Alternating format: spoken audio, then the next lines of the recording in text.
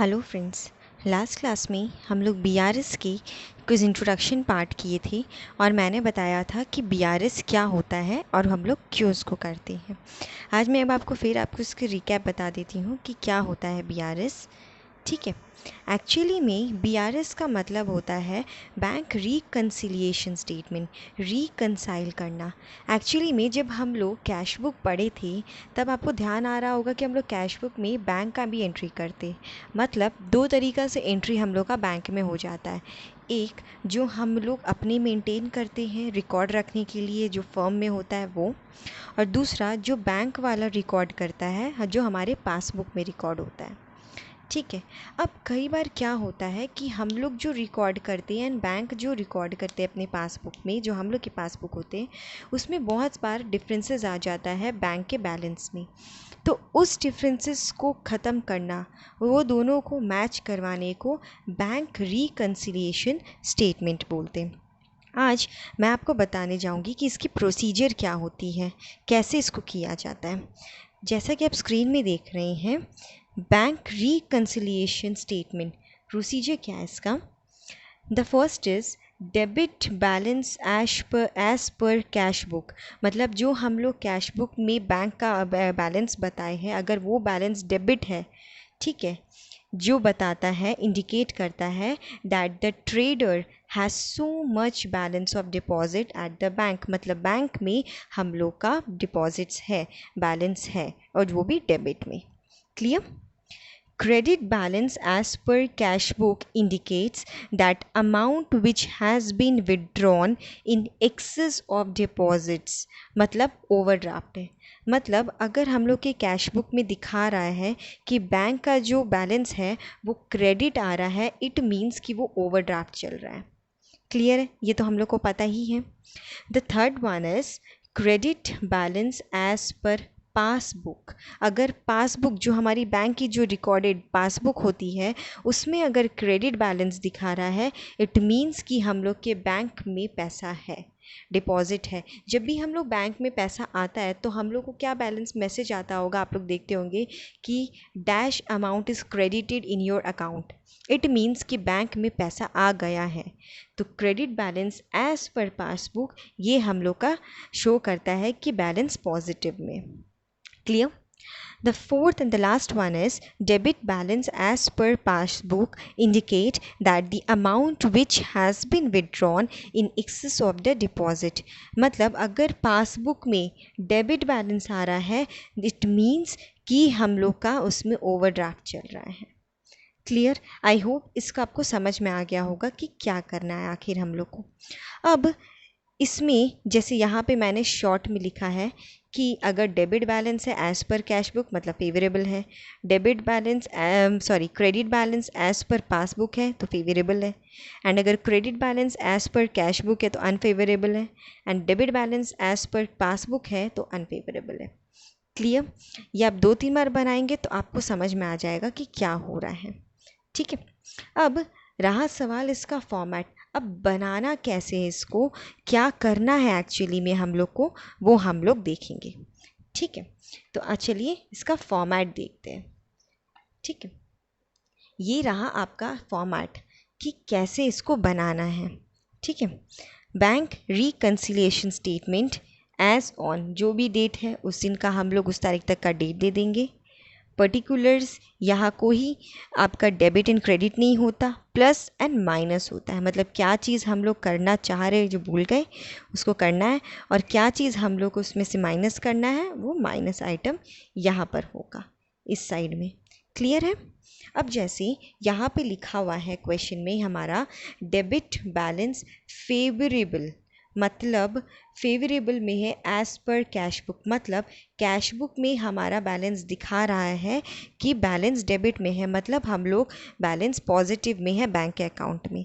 इसका मतलब कि हम लोग को पासबुक से मिलाना है कैश बुक को, पासबुक से मिलाना है कैश बुक को।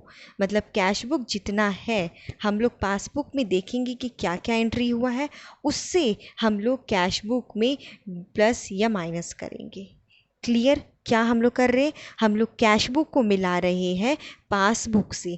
पासबुक हम लोग साथ में सामने रखे, कैश बुक में हम लोग जो एंट्री किए वो देख रहे हैं। अब जो जो पासबुक में हम लोग चढ़ाए या घटाए हैं वो हम लोग को कैश में ऐड या माइनस करना है। क्लियर हो रहा है? अब जैसे इसमें ऐड क्या करना है, पहले ऐड का चीज़ हम लोग यहाँ लिखते हैं। क्या क्या ऐड कर सकते हैं हम लोग? चेक इशूड और drawn but not yet presented for payment. हम लोग चेक इशू कर दिए हैं बट अभी तक पेमेंट के लिए प्रेजेंट नहीं हुआ है। मतलब हम लोग कैश बुक में तो दिखा दिए कि चेक निकाले हम लोग, बट अभी तक पेमेंट हुआ ही नहीं है, तो पासबुक में तो रिकॉर्ड दिखाएगा ही नहीं। इसका मतलब दिखाया ही नहीं है, तो हम लोग इसको माइनस कैश बुक में कैसे कर सकते हैं, हम लोग इसको प्लस करना होगा। तो हम लोग इसको कर देंगे add. Clear? Interest allowed by bank not recorded in cash book. हम लोग कैश बुक में रिकॉर्ड ही नहीं किए, कुछ इंटरेस्ट बैंक अलाउड कर दिया था जो बैंक में तो एंट्री हो चुका है बट हम लोग कैश बुक में उसको किए ही नहीं। तब हम लोग को उसमें कैश बुक में तो ऐड करना ही होगा कि क्या अलाउड किया गया, इंटरेस्ट हम लोग को मिला इंटरेस्ट। ठीक है, तो वो ऐड कर देंगे हम लोग। Clear? Amount directly deposited by the customers in our bank account. कुछ अमाउंट ऐसे होते हैं जो डायरेक्टली कस्टमर हमारे बैंक के खाते में डाल देते हैं। तो पासबुक में तो एंट्री हो गया बट कैश बुक में तो एंट्री हुआ नहीं, तो कैश बुक में भी एंट्री करना होगा। पैसा आया है मतलब ऐड करना होगा। Clear? The fourth one is interest and dividend collected by bank on traders investment. कुछ इन्वेस्टमेंट हम लोग किए होंगे जिसका डायरेक्टली इंटरेस्ट और डिविडेंड हम लोग के बैंक में क्रेडिट हुआ है बट कैश बुक में तो हुआ नहीं, तो कैश बुक में भी हम लोग उसको ऐड कर देंगे। The fifth one is cheque paid into bank but omitted to be entered into cash book. हम लोग कुछ चेक बैंक से पेड किए गए हैं, बैंक में चेक पेड इनटू बैंक, हम लोग बैंक में पैसा कुछ आया है जो हम लोग कैश बुक में अभी तक एंटर नहीं किए, तो कैश बुक में एंट्री करना होगा। तो हम लोग क्या करेंगे, ऐड।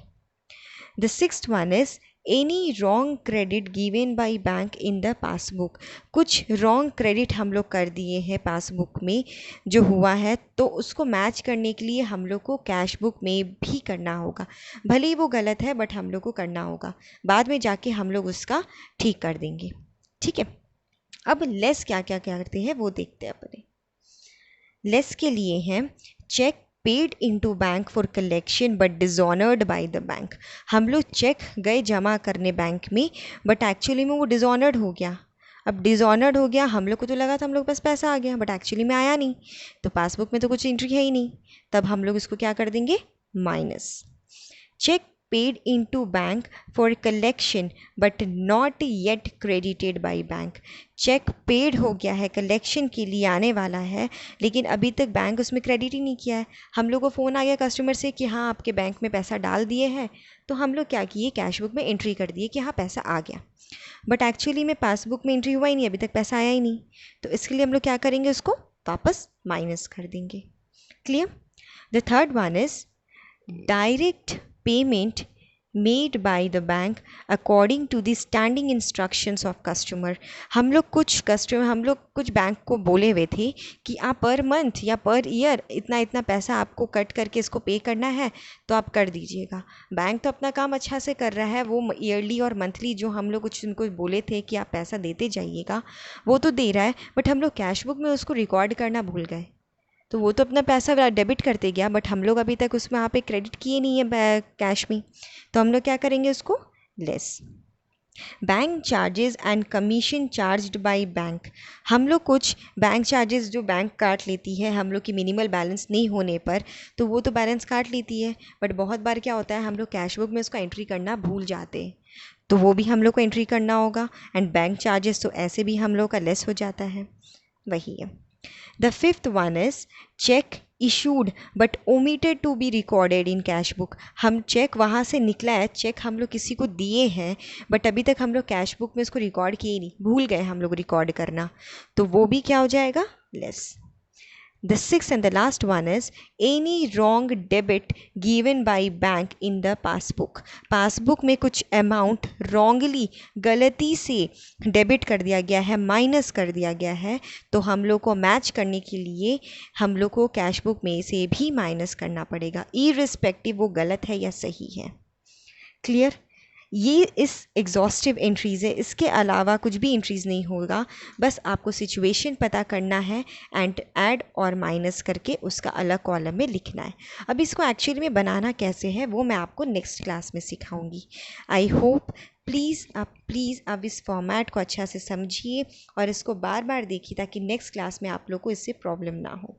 एंड लास्ट में हम लोग इसको क्या करते हैं, इसका बैलेंस जो भी आता है इसको लिख के हम लोग क्रेडिट बैलेंस देख लेते हैं क्या क्या फेवरेबल आ रहा है।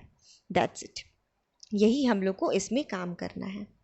आई होप आपको ये क्लियर हो रहा होगा कि कैसे इसको बनाते हैं। नेक्स्ट क्लास में हम लोग इसके क्वेश्चंस करेंगे और अलग अलग वेराइटीज़ के क्वेश्चन करके आपको दिखाऊंगी, ठीक है। एंड प्लीज़ मेरे चैनल को लाइक, सब्सक्राइब एंड शेयर करना ना भूलें। Thank you.